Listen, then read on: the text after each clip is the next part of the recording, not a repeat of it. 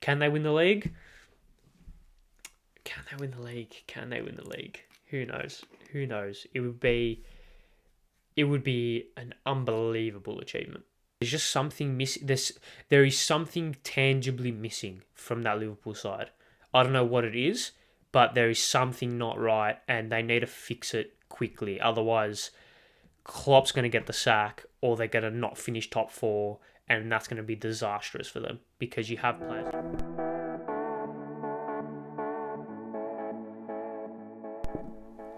Hello, everybody, and welcome back to another episode of the Two-Footed Tackle podcast. I'm your host, Ari Stamatakos, and we're back once again for episode 12 of season 2, in which this season has been crazy, to say the least, and I'm sure we'll touch on that a little bit later on. But before I start, I hope the week's treated you all well. I hope your sporting clubs got up, unless you support Wolves, in which unlucky.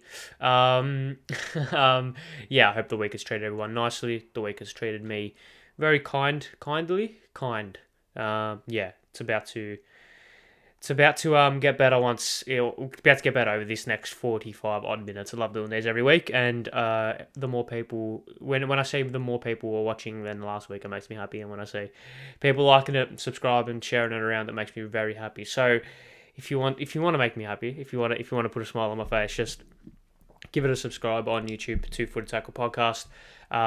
Like it, what else? Notification bell as well. And then on all the socials, Two-Footed Tackle Podcast on Instagram and TikTok, TFTPod on Twitter, and then all the audio platforms, Google and Apple Podcast, Spotify, and Anchor. That's the lot, I think. And there's also, if you want, go to the Instagram or go to the Twitter, there's like a Linktree bio there's like a Linktree link in the bio of Twitter and Instagram. That should take you to all the relevant links. So yeah, I think that's what it is. It's definitely a hub for all content regarding the Two-Footed Tackle Podcast. But yes, hope the week's treated you all very nicely. Any news on a personal front? Nothing much. Finish uni this week, which is great. Not that I go, but probably shouldn't have said. Who gives a shit? Finish uni this week, which is grouse. That means I'll have more time to record one podcast every week, which I already have time to do anyway. So maybe that doesn't affect this podcast at all. Maybe it affects the back end side of things. I don't have to rush as much. But no, it's good. It's very good. Coming towards the back end of the year now, there's more sport happening. The A-League has kicked off, so we'll touch on that, no doubt. The Premier League's getting underway, and the World Cup is edging ever closer. Now, let's start with, or let's do a quick rundown. What are we going to speak about? So I want to speak about Arsenal and Liverpool separately, not together, of course. I just want to speak about Liverpool, what the fuck's going on there. Arsenal, just briefly, because I already did a breakdown of them earlier on in the season.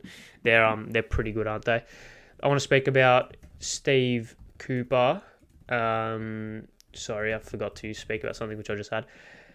I want to speak about Steve Cooper getting a 5-year extension, despite losing 4-0 like days before, which I think is very funny. I want to speak on the Euros 2024 qualification, which is what I just wrote down and what I just remembered. We'll touch on the groups and just give a quick breakdown of that.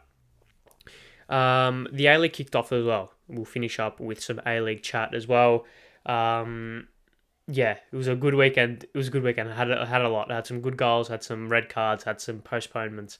I'll just give brief thoughts on that. And then who went into footed? There's 3 things I want to speak about in that segment. There's been a lot of dumb shit that's happened. A lot of dumb shit. So I think that's probably the best segment where I can speak about dumb shit. But let's kick off things. Let's kick off things with Liverpool. Now, there's been a lot of conjecture around Liverpool. There's been a lot of talk around Liverpool. There's been a lot of who knows what's happening with Liverpool. Now, their woes continue. Their first half woes continue, and their just overall poor performance. That just continues. Now, they fell 3-2 to Arsenal. They fell 3-2 to Arsenal over the weekend.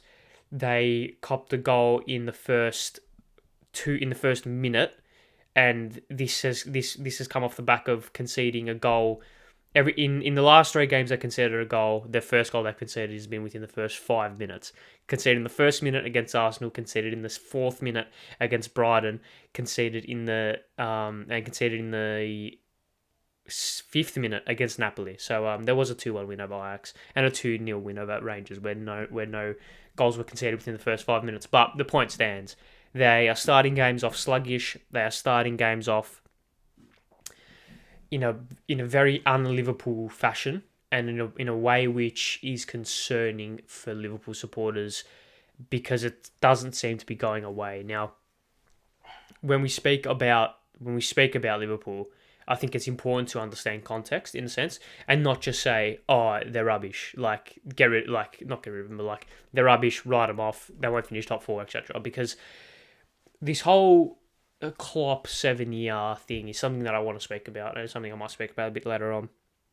But when we speak about what's happening with them on the pitch, I think the sale. And I've spoken about this. I spoke about this in a couple of episodes ago. It might have been maybe 5 or 6 episodes ago at the start of the season.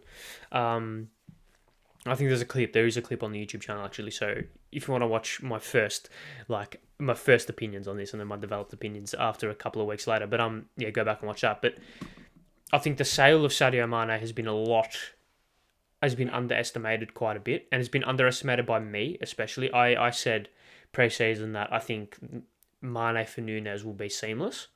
I didn't use those exact words, but I thought that it would be pretty seamless in terms of Mane comes out, Nunez comes in, Diaz gets a little bit more of a pronounced role, Jota needs to step up, and then you have Carvalho and Elliott who kind of add that little bit of spark, especially from midfield. I thought that those players will start to outweigh the loss of Mane. I'm wrong. I think it's pretty clear to say that I'm wrong. He was a key cog in their attacking machine last year. He was a key pillar in their output last year as well. Even if it wasn't direct output, just in terms of being involved in plays, positioning himself very well, and the versatility that he offers as well. I think he's obviously we know how good he is off the left hand side. That's probably where he plays his best. But he can go up front. We saw that last year. I think he's a better striker than Salah in terms of a number 9 or like a false 9. I think he does that role better. So his loss has been massive. And we see now they just seem so disconnected. They seem so disconnected. They seem very not like the opposite of fluid. They seem very blocky in a sense. It seems like this is midfield third, attacking third, defensive third. There's no connection. There's no fluidity between these players and between the systems. Like each individual third, there's no connection between them. It seems like they're all doing the same. They're all doing different things and are all trying to get different outcomes in a sense, if that makes any sense. There's just no connection between the players. There's no connection between the manager and the players.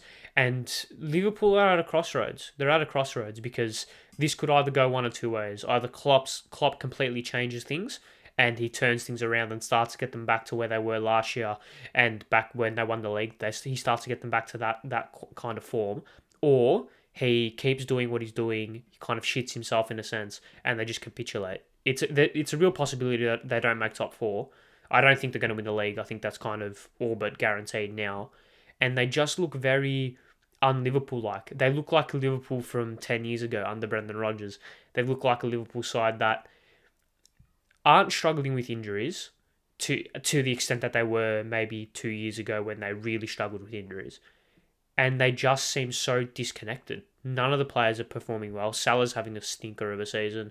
We'll touch on Trent in a little bit. Nunez hasn't hit the ground running. I think Diaz has probably been their best player this year, and even he was very poor on the weekend. There's just something missing. There is something tangibly missing from that Liverpool side. I don't know what it is, but there is something not right, and they need to fix it quickly. Otherwise, Klopp's going to get the sack, or they're going to not finish top 4, and that's going to be disastrous for them because you have players like Salah, like Fabinho, like Trent, like Van Dijk, like Alisson, who demand Champions League football, who demand this high level football, and if they don't get it, I can see a lot of upheaval being not implemented, but I can see a lot of upheaval being like, how do you say this? I can see a lot of upheaval. I can see a lot of upheaval happening in that squad if they don't make Champions League, and if they don't make Champions League, I think Klopp's job is untenable because I think this squad is Champions League level straight away. And the thing is, right, I think with a successful coach, you allow them, in my opinion, one free hit. In a sense, you allow them one kind of not free hit, but like you allow them one blip. I think you allow them one blip, and Klopp had that blip a couple of seasons ago. Granted, he was injury ridden. Granted, it was COVID, and he was completely mucked up and whatever. But that was his blip. I don't think he can afford to have another drop in form without getting sacked. I just don't think that's tenable. I don't think that you can have that, in my opinion. I just don't see it working. I just don't see it. Just don't see it turning around after that happens. So yeah, that's like from a Klopp and like a holistic perspective. And then when you take a look at the individuals, I mean, let's touch on Trent. Let's speak on Trent now. I like Trent. I really do like Trent. He kind of has probably been the best right back over the last couple of years. We all know his offensive output is ridiculous. Like, it is absurd how good offensively he is. He is one of the best crossers of the ball I've ever seen. Once again, I am only 18, so if you give me names like David Beckham, I didn't see him in his prime.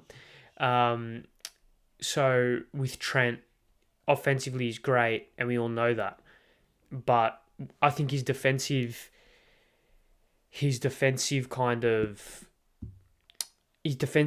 have always been there. He's never been a good defender, not a defender in terms of position, in terms of actually defending. He's never been very good. I think that's kind of like a pretty unanimous consensus. He's never been very good.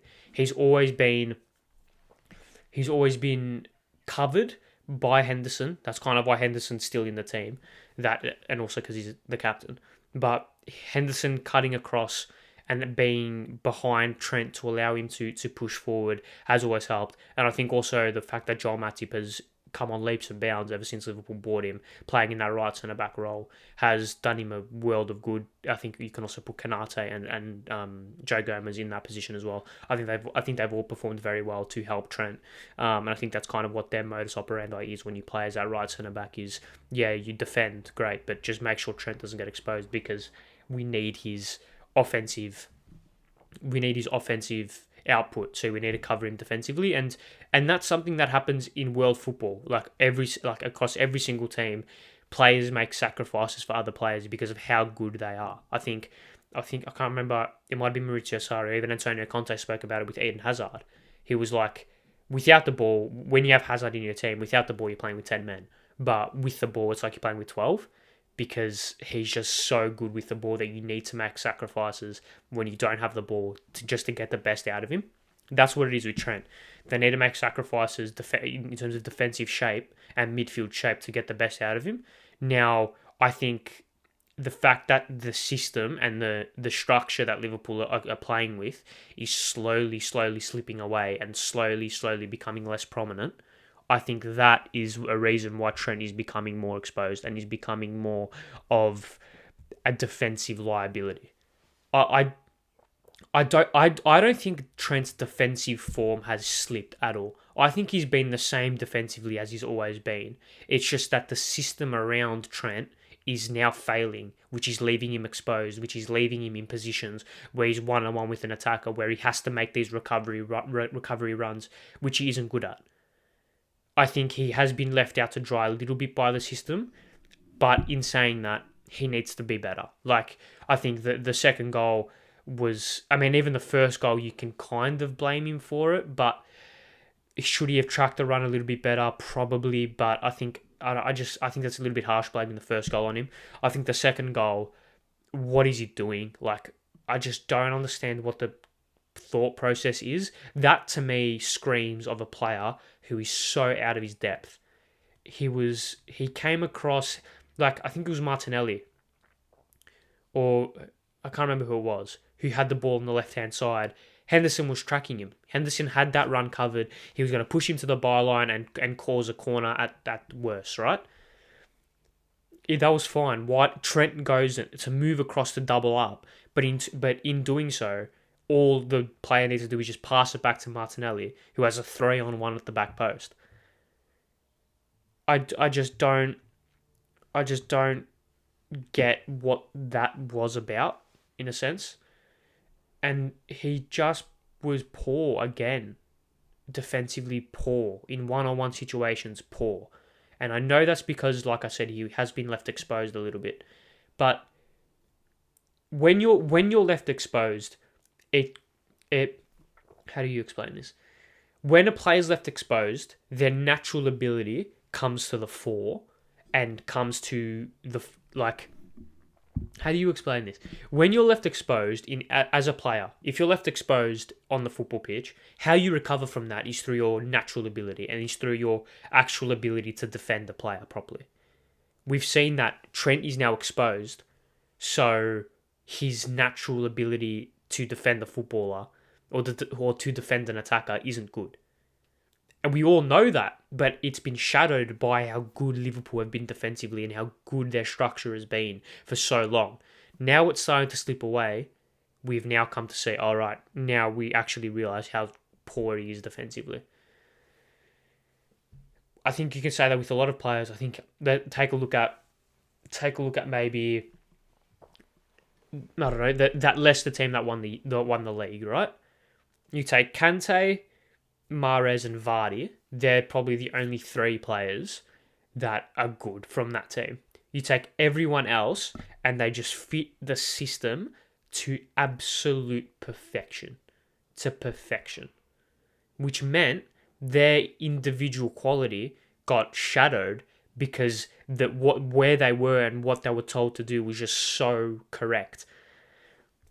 That's what Trent has had for the past couple of years. He's had players around him that know exactly what to do to cover him, know exactly what to do to make sure he looks good, to allow him to pick up the ball out wide, cross the ball, he can get 25 assists a season, have 30 score involvements or goal involvements.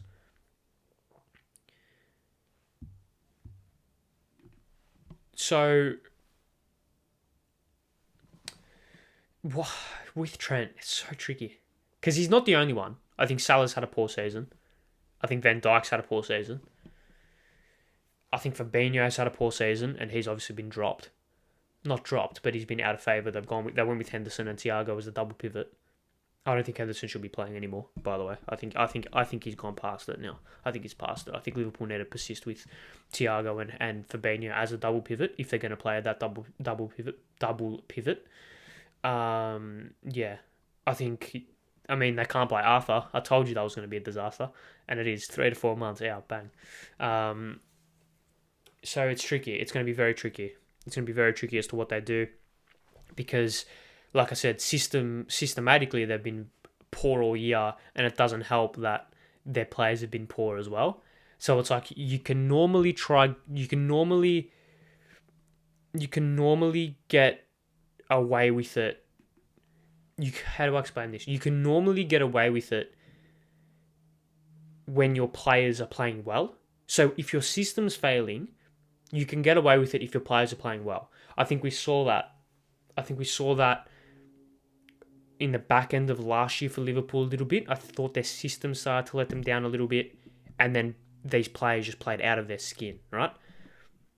And we've seen that with a couple of other teams as well. But because Liverpool players have been appalling, they're being exposed on like double the amount that they normally would be, which is disappointing. But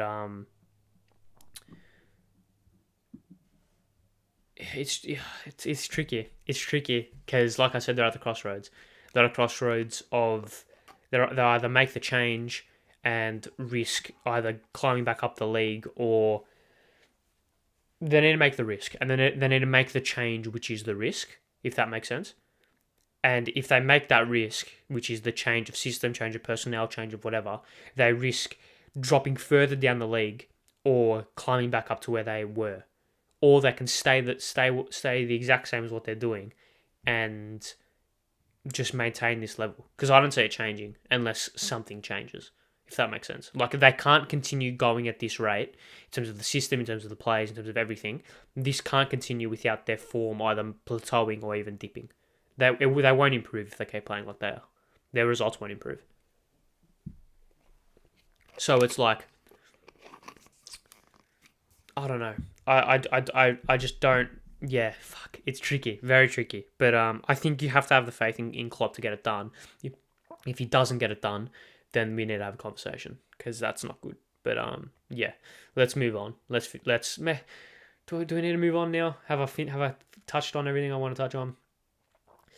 I think I think they can get away with it if they get a trophy.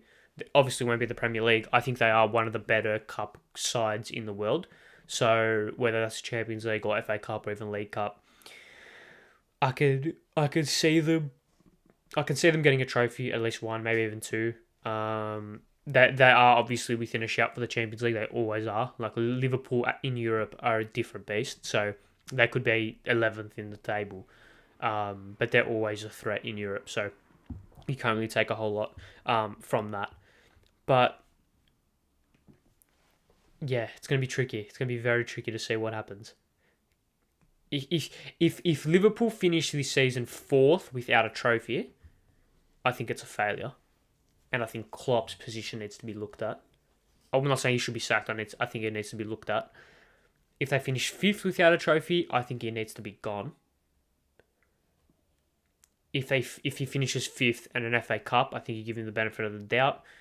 If he finishes 5th with a League Cup, I think you give him the benefit of the doubt. If he wins the Champions League, then he could finish 10th for all anyone cares, to be honest. Yeah, and he's not going to win the league, so it's going to be tricky. It's going to be tricky to see how this develops and how this finishes up, but you got to give him the benefit of the doubt, in my opinion. Let's move on. Let's move on to the other team that played that game. Let's go to Arsenal. Now, gee, they look good, don't they? They look very good. They look very good. And it's scary. Because I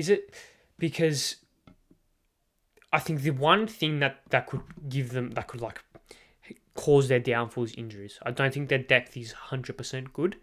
Or 100% there, I should say. I think if Jesus goes down, you got Nketiah. I don't think he's up to it. If Partey or Xhaka goes down, we all know why Partey might go down. But if either of them can't feature, I don't know who you put into midfield. Do you move Zinchenko there? Do you thrust Sambi Lokonga in that system? I don't know. Centre backs, I know they've been playing Ben White as a right back. So if he just slots into that role, who knows? But if he slots back into centre back, if one of Gabriel or Saliba goes down, then who knows? But yeah, everything just seems to be going right for them. Saliba, he's playing out of his skin. I think I just want to give myself a bit of credit. I think I would just want to give myself a little bit of credit just because I said Saliba would be Arsenal's breakout player this season. So I just like to tip my hat to myself because I think I saw it when a lot of people didn't. A lot of people thought it was going to be some flop, but yeah, the quality was there. If you saw him play in the French league, the quality was there. He's been phenomenal. He was phenomenal for Marseille last season, and he's been phenomenal for Arsenal this season. So that's no surprise. Jesus, do I apologise? I'm not going to apologise yet. I apologise to Haaland. I apologise to Haaland. I'm not going to apologise to Jesus yet. He doesn't deserve my apology just yet. I just want to see if I don't know how many goals he scored. Let me check that. Let me check how many goals Jesus has scored. Gabriel Jesus has scored.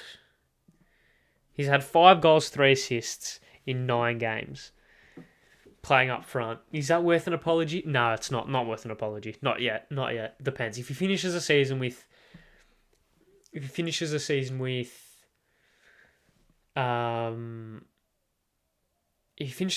20 goals or plus, or 20 goals or more, I'll apologise. If it's between 15 and 20, I'll think about it. If it's below 15, there's no apology. So that's on Jesus. Odegaard has been fantastic. Saka's been unreal. I think we all knew Saka was going to take that next step. And then you have to look at Mikel Arteta. I said this when I watched the All or Nothing documentary. I said my opinions of him went to the moon because he just seemed to have everything under control. He seemed to understand everything, and he just was so calm in his approach to a lot of things. Tactically, very, very, very good tactically. We know that. Like, he breathes football. Like, he lives and breathes it, right? So I think tactically he's very good. And I think what the only thing with him is handling egos. That's probably the only thing that we could say isn't good for him. I think this squad fits him so well because it's young, it's hungry. There's not a lot of egos. Players just want to play for the badge, play for the team, get minutes, and just play well, play for the fans. I think that's the best thing for Arteta as a manager. That's the best thing for him. So yeah, it's going to be interesting. It's going to be interesting to see whether or not they can keep the form up. I think top four is almost a formality right now. Unless something goes horribly wrong over the next couple of months, I think top four is a formality. Can they win the league? Can they win the league?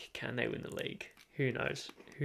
It would be an unbelievable achievement. Granted, they have spent a lot of money. Granted, they haven't had it's not the fairy tale story that like Leicester's was. But it would be a story, wouldn't it? It would be phenomenal if they won it in terms of their narrative. I don't think they will win it. I just don't think now's the time. I think maybe next year, if they maintain this form, then potentially. But like I said, I think the depth's going to kill them. I think if they can somehow stay injury-free, they're going to give Man City a red-hot crack. But injuries are going to come. Players are going to get suspended. Form's going to dip for some players.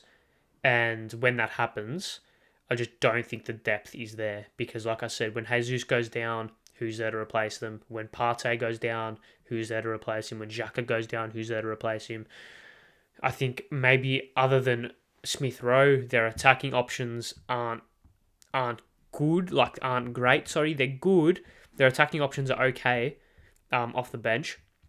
But apart from Smith Rowe, is Vieira going to be up to it? I don't know. It's going to be interesting to see about that. Reece Nelson, touch and go, I think. Marquinhos, so unproven. Lokonga, like I said, so unproven as well. So, a couple of injuries and we'll see what happens. But it's going to be very... If they win the league, that'd be fucked, wouldn't it? Do you reckon anyone predicted them to win the league? That'd be fucking insane.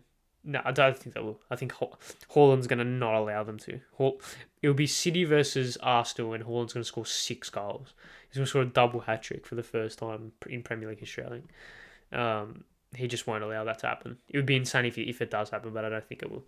I just think City are going to be way too strong. But, they've played very well against Liverpool. Very well. Were comfortable on the ball. Counter-attacks were scintillating. Martinelli is one of the best wingers in the league right now. Saka's one of the best players in the league right now.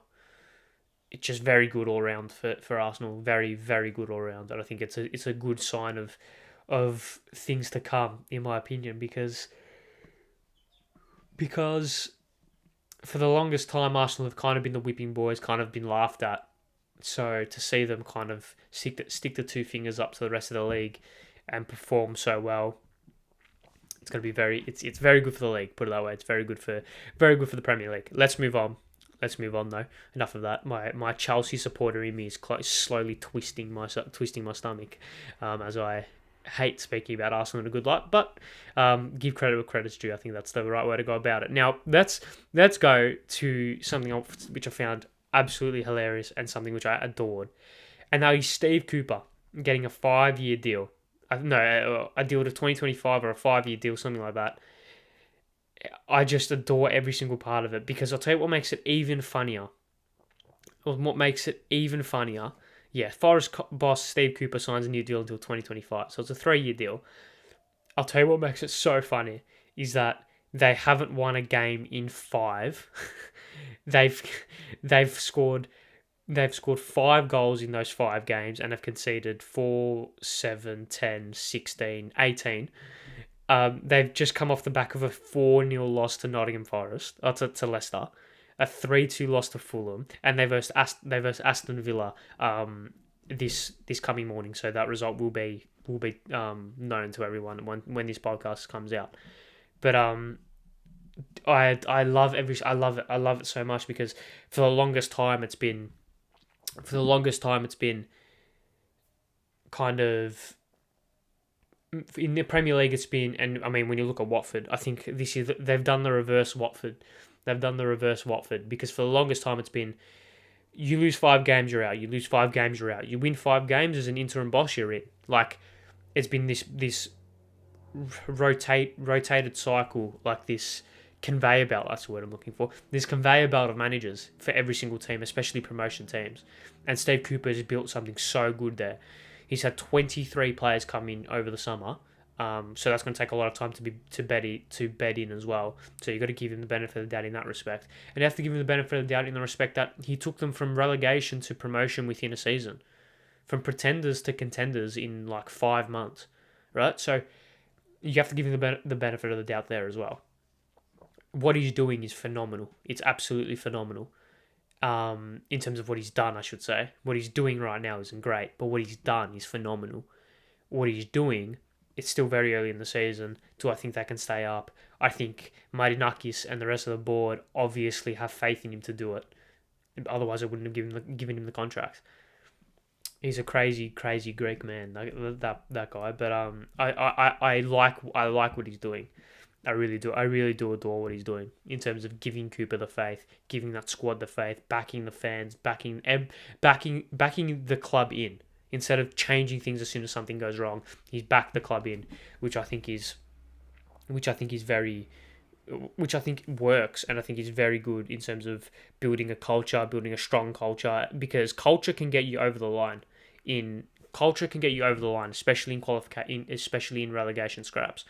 Having a good club culture, having good supporters around you. We saw with Everton last year. We saw how important everything was. We saw how important everything was for the relegation in terms of the crowd and the culture and the noise.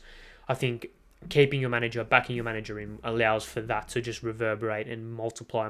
So hopefully they can get the job done. So yeah, it'll be interesting to see. It'll be very interesting to see. Get the job done. Stay up. I want Forest to stay up. It'll be good. But let's move on and let's go to the Euro 2024 qualification draws. They were out. They were out. They have been released.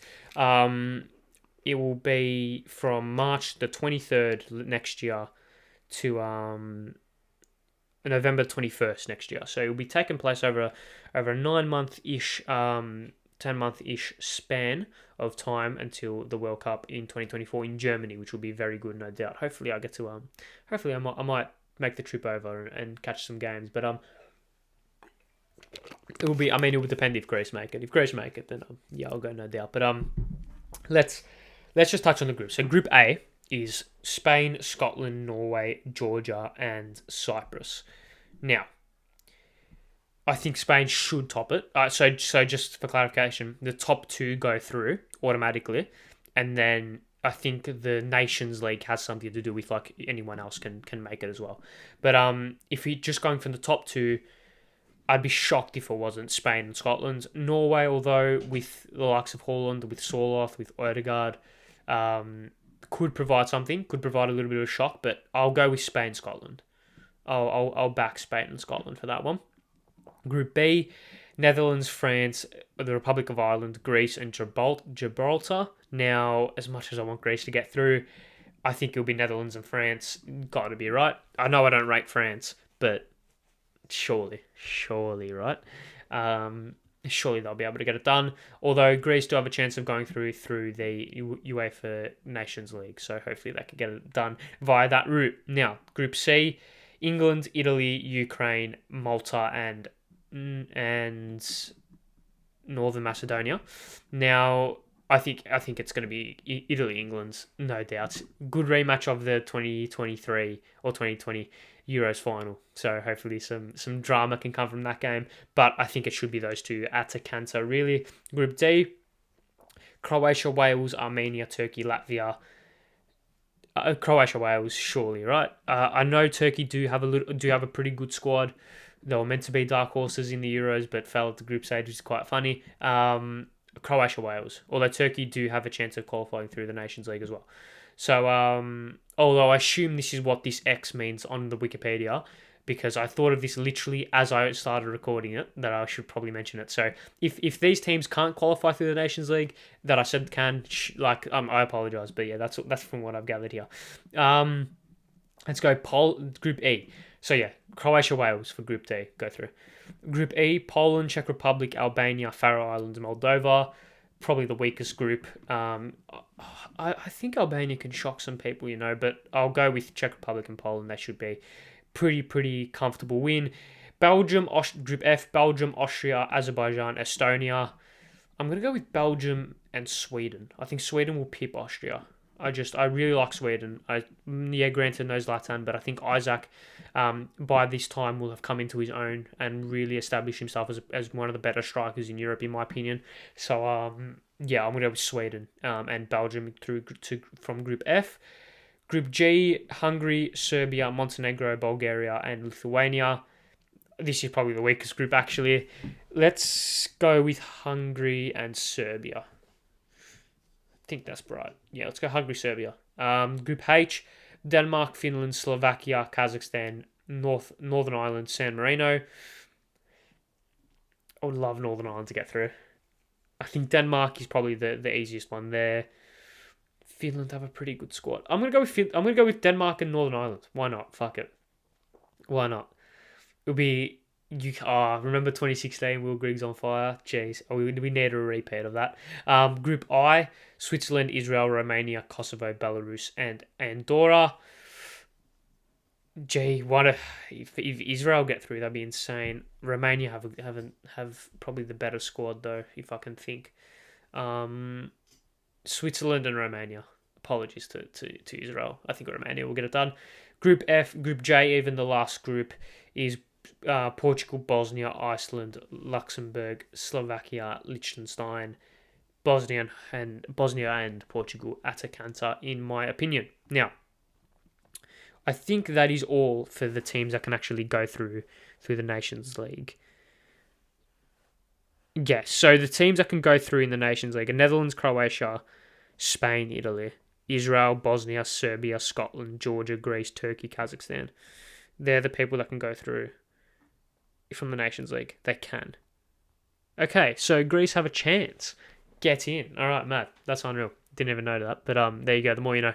If I had to give a prediction, 18 months out from the tournament, I think Spain will win it. I think Spain will win the Euros. Although it is also 18 months away, so I could fuck it. Kazakhstan are going to win it. Why not?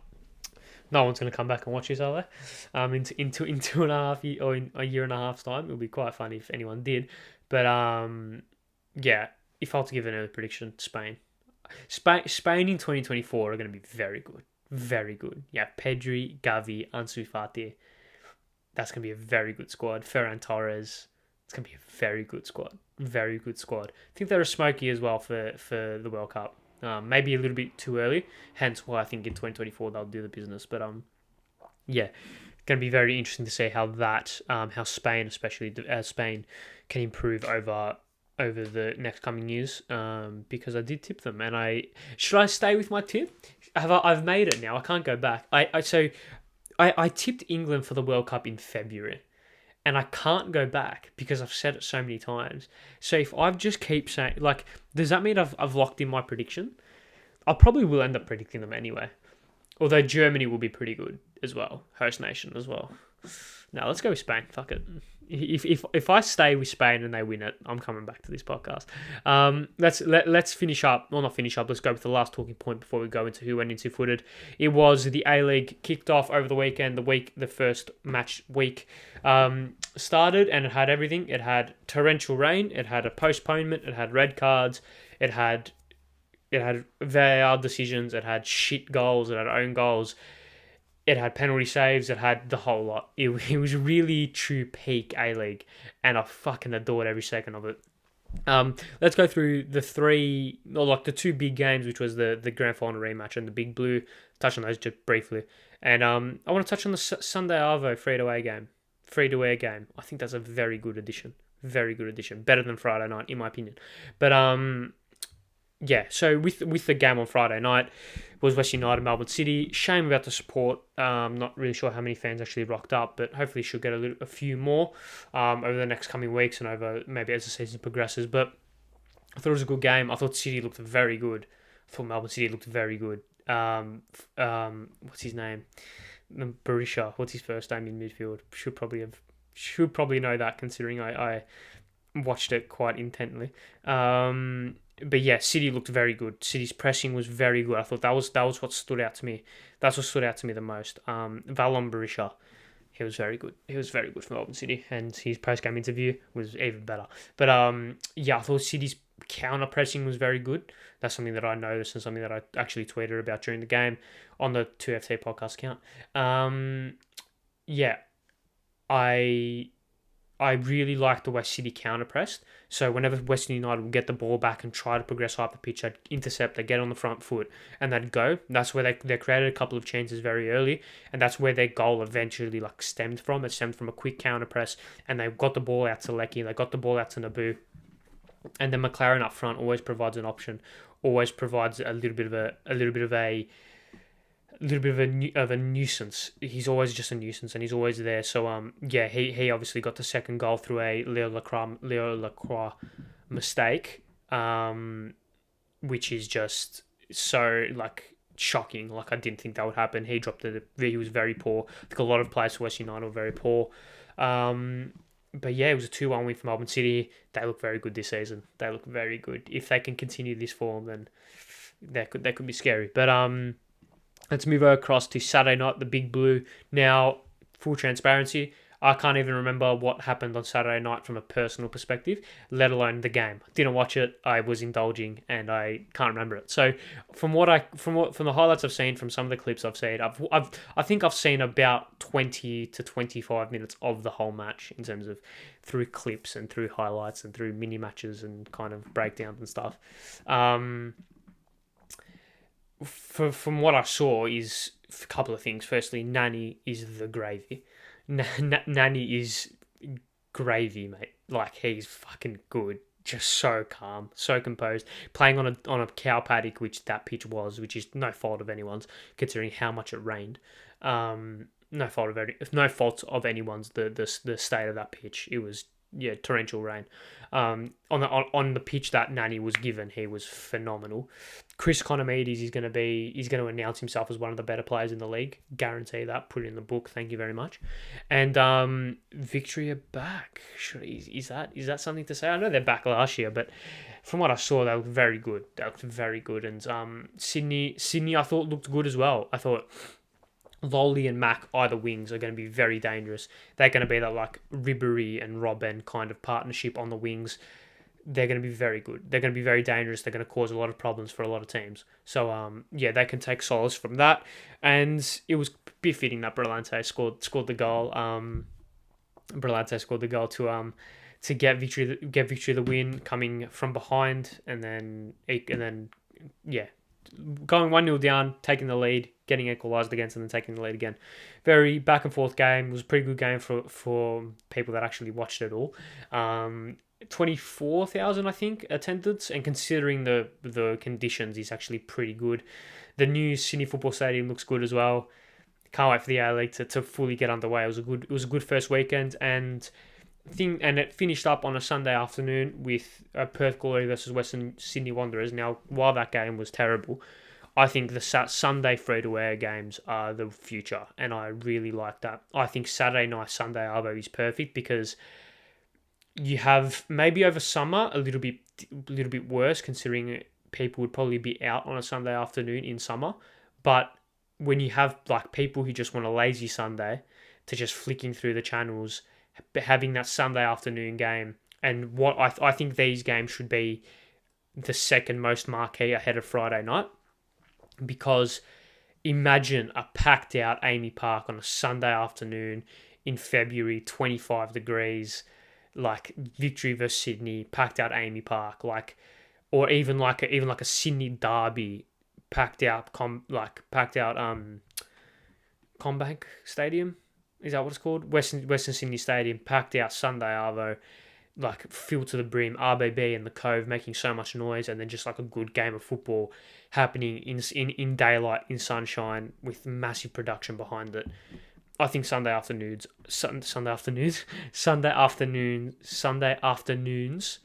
Jesus, are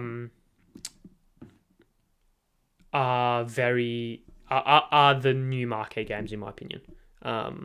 Yeah, that's just my 2 cents. As well as considering the fact that it's probably not going to rain. I feel like you can get away with rain at night, in a sense. I feel like it's fine. Like, if it rains at night, it almost actually adds to the spectacle. Whereas if it rains during the day, it kind of takes away from it and makes the game look a bit shit. Just from a like a visual perspective. So I think the fact that it's during the summer, where it's probably not going to rain on a Sunday afternoon a whole lot, you could get away with it, and it could be very good. It could create for a very good spectacle. But yeah, they're just my thoughts on the A-League season. Let's finish up now with who went into footed, because we're ticking over. Quite a few minutes here.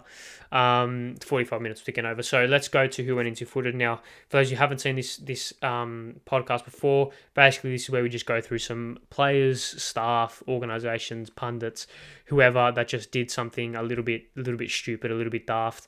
And there's currently 3 to pick from. So that's kind of just, that goes to show just how